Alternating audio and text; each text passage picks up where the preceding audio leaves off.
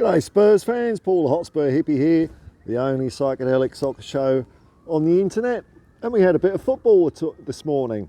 Yeah, I know Tottenham weren't involved, but I'll wrap it around back to Spurs if it kills me by the end of the time I talk today. I watched the game, it was a good game, I enjoyed it.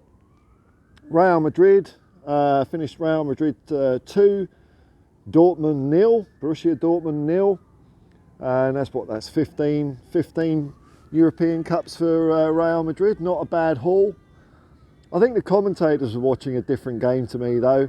I know one of them was Ali McCoy, so I don't know who the other one is, but I don't think they've ever watched Real Madrid play before, because even though Dortmund looked, I guess, more dangerous in the first half, they didn't take their chances. And then come about 65 minutes in the second half, Real Madrid superstars, you know, Vinicius, they just turn it on and they win you games, players like that. And I've seen Real Madrid do this so many times in games where the commentators write them off every time. They write them every time, oh, they're going to have to be pepped up at half time. It's like, this is what they always do. And it wasn't like they were, you know, super rubbish or anything like that in the first half. It just seems to be part of their identity that they don't mind taking a bit of punishment. They're almost a bit rope-a-dope. But they never really looked totally out of control of the game. And, you know, it reminded me of a match where Celtic played them a couple of years ago, where Celtic were all over them, couldn't take their chances, and then Real Madrid just turn it on when the other team get a bit knackered and buggered. It's their experience. And it's something about the way that Real Madrid play that makes other teams just miss chances. I've seen it happens all the time. Sitters, they bang the post, rattle the woodwork here, rattle it there, offside goals. There's something about Real Madrid, man. And, you know, they've got quite the European pedigree since the Cup started in, what was it, 55 or 56? And they won a few on the bounce there with the likes of Di Stefano. And then Tottenham's own Ferenc Puskás. Yeah, I'll say Tottenham's own because he was coached by Arthur Rowe. Ferenc Puskás took them on to another string of European Cup wins. But what people seem to forget is that then between, when was it? About 70, 72, something like that. They basically did bugger all in the European Cup for 30 years. 32-year gap. I know it was a 32-year gap, so it might have been, I don't know, 1960s, somewhere in the 60s, between the 60s and the 90s. Nothing, man, nothing. Where did that pedigree go in that interim? You had teams like Bayern Munich and Ajax, and then it was a pretty English champions dominated competition for quite some time. You know, you had Liverpool banging off quite a few, Nottingham Forest a couple, Aston Villa in there as well, before we got kicked out. Boo. Before we got kicked out of Europe for 5 years. It stopped Arsenal having a crack, that's all right. Every cloud has a silver lining. But I just find it interesting that we kind of take it for granted nowadays that the European Cup and Real Madrid go hand in hand, which, you know, with 15 wins certainly appears to be the case. But when you factor in that there was a 32-year gap of nothing, absolutely nothing,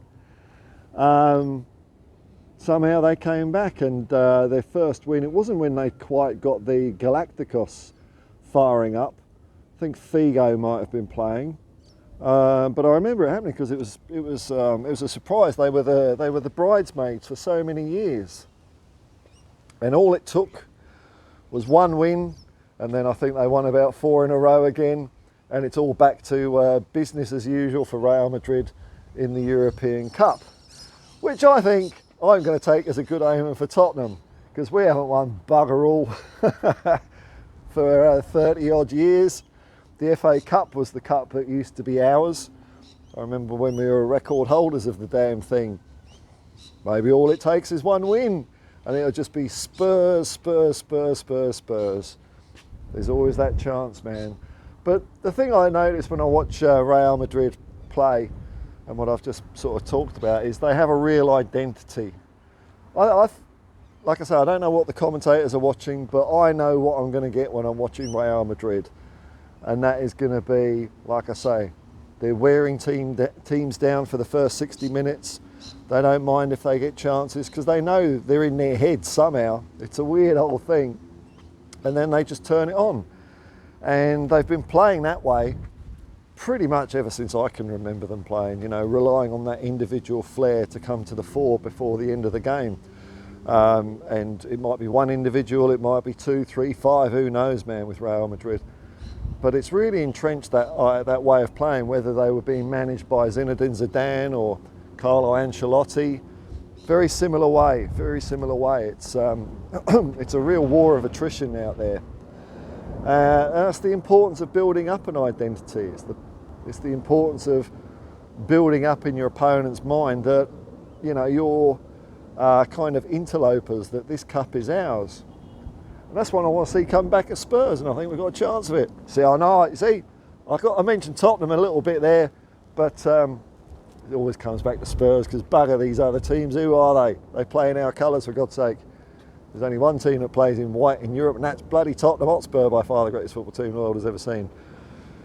So that's I'm sure there was a lot of wailing and gnashing of teeth, and in the interim, Real Madrid were winning La Ligas, Copa del Rey's and all that, but I'm sure a lot of their fans were getting disheartened and distraught and upset and angry over not winning the European Cup for 32 years.